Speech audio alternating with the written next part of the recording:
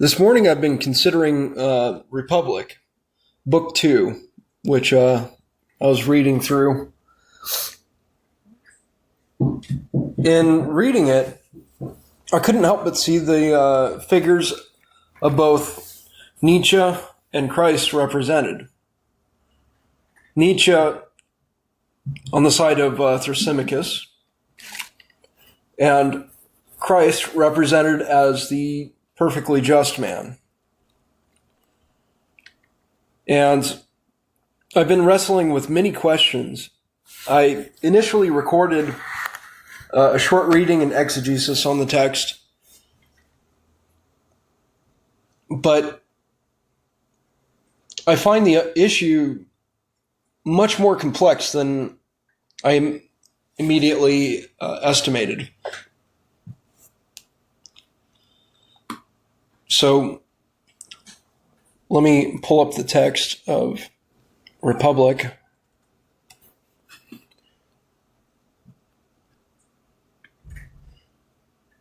Okay.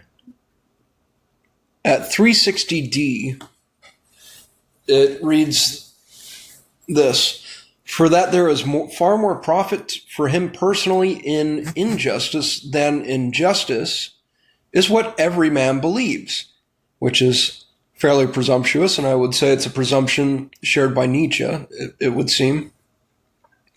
Maybe I don't know enough about Nietzsche. It continues, "and believes truly, as the proponent of this theory will maintain. For if anyone who had got such a license within his grasp," here, the ring of Gyges, someone who's completely can do anything with impunity.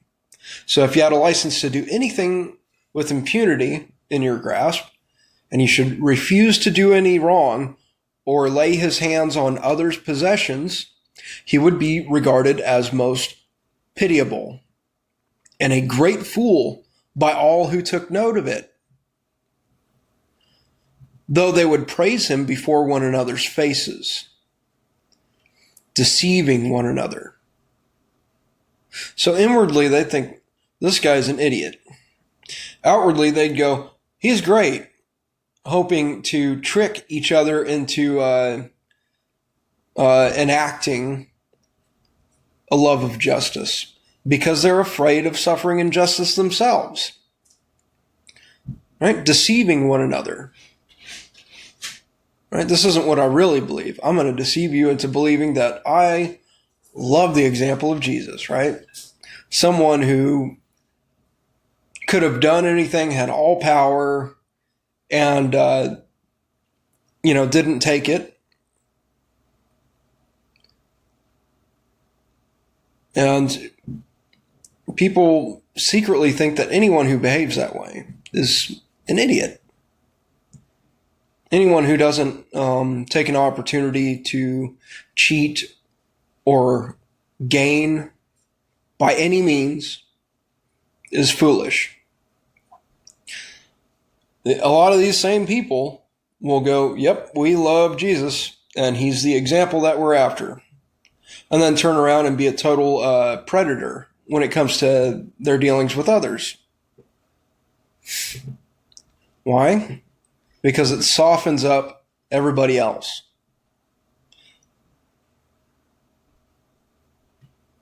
Makes them less likely to suffer injustice, and makes them more likely to be successful in being unjust themselves. This is a point made by Nietzsche. Right? These weak people, one day too, their kingdom will come. They're secretly unjust, these Christians. And this is the great suspicion. Now, having been visiting a church for a little while now, for the first time in a very, very long time, I understand his suspicion.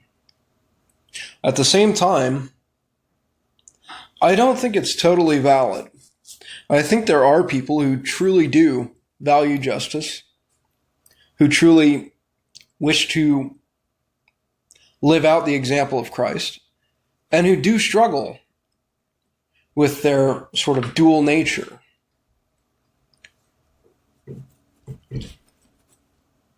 And I do think it is an act of faith to value justice. And that faith is rewarded by discovering the intrinsic goodness of justice and then coming to love it bit by bit. And I think there is a process here. It's not necessarily instantaneous. It's not like I said the magic words and I felt a feeling in my heart and boom, here I am. Changed. Born again. And everything's perfect now. I think there is a process. And bit by bit, as we come to discover the intrinsic goodness of justice, of love, in different instances, even while we don't value them in others, and we do wish to preserve our own privileges in terms of being unjust here and there, and thinking that it's justice, being self-deceived in many ways, bit by bit, we will face aporia when we self-examine. We will feel that twinge of something is off. We can choose to ignore it, or we can lean into the aporia and allow it to become metanoia, to be convicted, to repent, to go, oh, I can see it now. I had the option of shuffling this under the rug, but now instead I will look at it squarely, confess it, and correct it.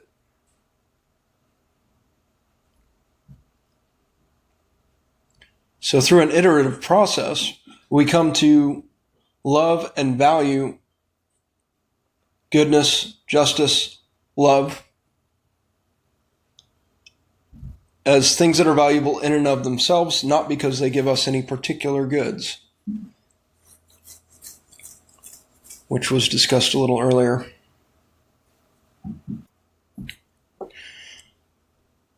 And that's a callback to the opening of Book 2 here. I'll skip forward a couple lines at 357b. Socrates, is it your desire to have persuaded us, or really to persuade us? To seem, all right, Socrates, is it your desire to seem to have persuaded us, or really to persuade us that it is without exception better to be just than unjust? Really, I said, if the choice rested with me. Glaucon, well then, you are not doing what you wish. For tell me, do you agree that there is a kind of good which we would choose to possess, not from desire for its after effects, but welcoming it for its own sake? As, for example, joy and such pleasures are harmless and nothing results from them afterwards save to have and to hold the enjoyment. Socrates, I recognize that kind, and again, a kind that we love both for its own sake and for its consequences, such as understanding, sight, and health. For these, presume we welcome for both reasons. All right, so we're talking about intrinsic goods and particular goods here. So the part that I read earlier about the man who, the perfectly just man who has the opportunity and doesn't take it to acquire unjustly these secondary goods, but instead values the intrinsic good, is seen to be a fool.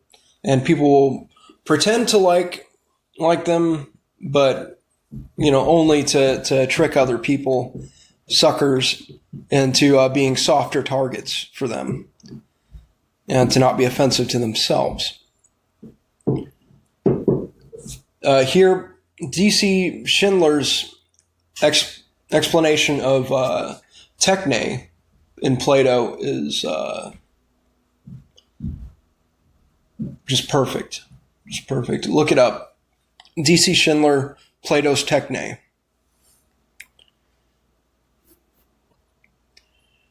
Now, during his time in the desert, Satan told Jesus, if you're hungry, if you truly are the Son of God, then command these stones to become bread and eat, and, sate your hunger. And the response was, man shall not live by bread alone, but by every word which proceeds from the Father's mouth. So the sustenance of every word that proceeds from the mouth of the Father, the logos, right? The creative and sustentative force in the universe, that's the thing you should be after. All right, put first things first, and then the particular goods are secondary and come out naturally. They come about naturally. This is storing your treasure in heaven. All right, it's not that the secondary goods are bad, where you should completely abstain from them, but let them come about naturally. Don't try to force them.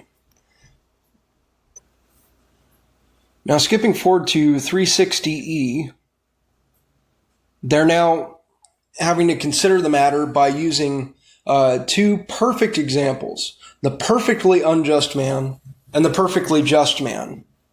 And the perfectly unjust man, it comes out, has to be perceived as being perfectly just, while being perfectly unjust. He has to seem just to others. And, if he's caught doing something wrong, he has to be crafty enough. His ability to speak persuasively has to be strong enough that he can convince everyone that he is being perfectly just. And the perfectly just man is considered in the opposite life. While being perfectly just, if he gains the esteem of others, then that kind of obfuscates our ability to discern whether or not he's a perfectly just person, because he might just be doing it for the goodies. So Sermon on the Mount, right? Pray in secret. Don't blow a horn when you give alms to the poor. When you do a good act, don't announce it. Because then you're just doing it for the accolades, and that's all the reward you get. You don't store up any treasure in heaven. Right? That positive potential, which will bring about the secondary goods when they are most beneficial to you, won't be there because you've taken it. You're in control of it. So, just as the perfectly unjust man has to be perceived as being perfectly just, so too the perfectly just man has to be, let me read from the text directly. So we must strip him bare of everything but justice and make his state the opposite of his imagined counterpart. Though doing no wrong, he must have the repute of the greatest injustice, so that he may be put to the test as regards justice through not softening because of ill repute and the consequences thereof. But let him hold on his course unchangeable, even unto death. I've been reading Philippians lately, and there's this verse, I can't recall the exact one, but it talks about how Christ became obedient even unto death. So, same thing being talked about here. But let him hold on to his course unchangeable even unto death, seeming all his life to be unjust, though being just, that so both men attaining to the limit, the one of injustice, the other of justice, we may pass judgment on which of the two is the happier. Now, when Christ was put up for crucifixion, Pontius Pilate didn't want to deal with it, and he left it up to the crowd. He said, I'll tell you what, I'll let one of these guys go. Jesus, who has committed no crime that I can tell, and Barabbas, who was a murderer, a provably unjust person. And he thought, there's no way that, they'll pick Barabbas to be freed. They'll pick Jesus, and then I won't, be on the hook for killing an innocent guy and causing problems, right? I'll be able to maintain my own legitimacy if I, present this to the people. They surely can't pick wrong. And what did they do? They picked Barabbas, right? Being perfectly just, they thought him perfectly unjust.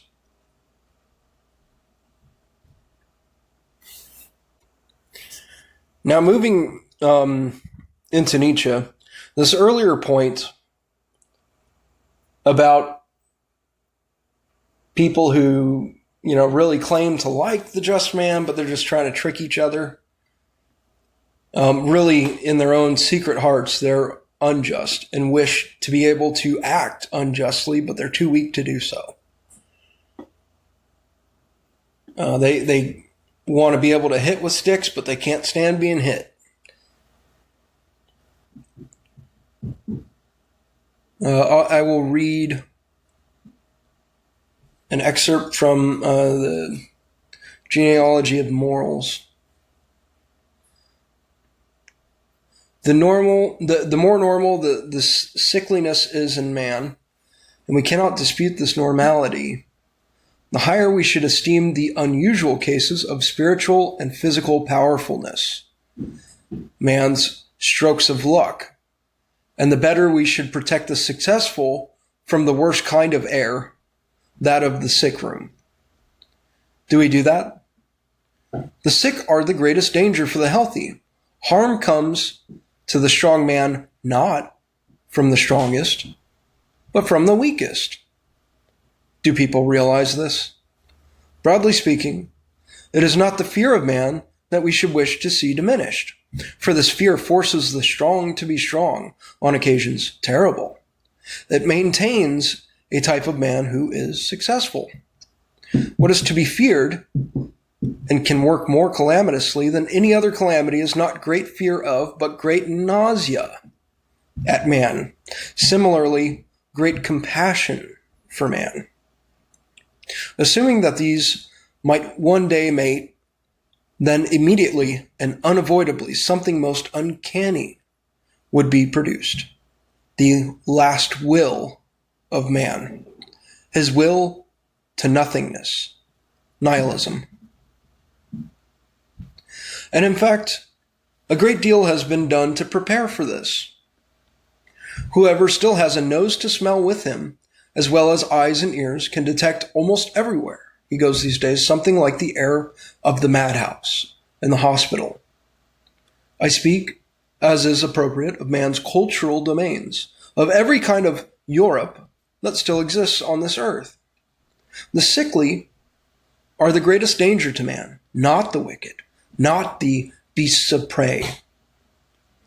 So here we hear a much more nuanced and sophisticated argument for the position of Thrasymachus, who argued that justice is that which is in the interest of the stronger.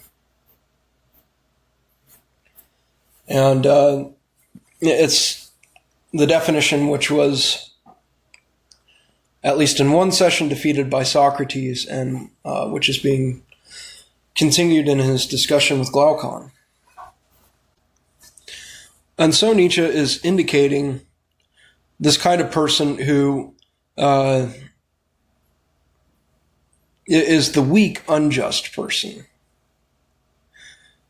So he's advocating for the strong, unjust man and opposed to the weak, unjust man. And he's saying the Christian is no Christian at all, but just a weak, unjust man. And this is his great suspicion, and if we take him at face value, then we can wholesale dispense with the church. Anyone who calls himself a Christian, they're just liars. It's all a big conspiracy. This is a very conspiratorial way of thinking. And it is this hermeneutic which has, everyone's adopted it. Everyone's suspicious. Leonard Cohen, right? Everybody knows that the dice are loaded. We see this across the entire political spectrum, this suspicion. We see it in the leftists who thinks that, every white Christian is just, a racist bigot who is protecting their privilege. We see this in the right wing who thinks that every leftist is really just one of these weak people who wants to make everyone else weak so they have a better chance of surviving, right? Everyone's driven by ressentiment. And there's no charity towards the other. There's no skepticism about one's own suspicion of the other. There's no hermeneutic of beauty, as John might put it, John Vervaeke. So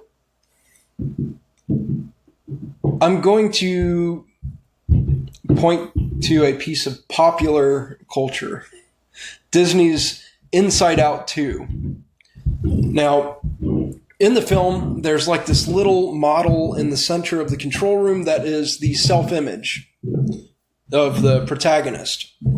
And, it was initially a really good one. A little kid with a really good self-image.